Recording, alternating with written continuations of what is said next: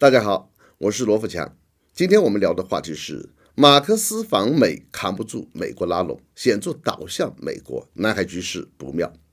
日前，菲律宾总统马克思访问美国国防部，美国防长对他说，任何一国在认为威胁迫在眉睫或可能发生武装攻击时，都可以请求支持。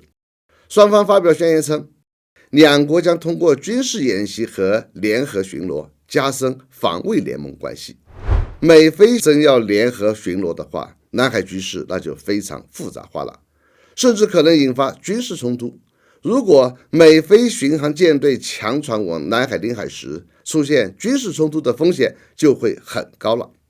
而在此前，马克思与拜登会见时，双方重申两国是铁杆联盟。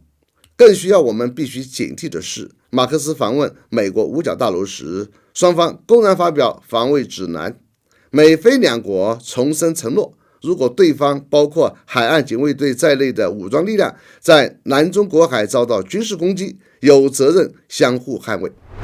美菲还同意扩大军事演习的范围、规模和复杂性，两国还同意优先考虑联合海上活动，包括但不限于联合巡逻。看来，拜登政府拉拢马克思的努力已经奏效，因为这一切很切合菲律宾的需要。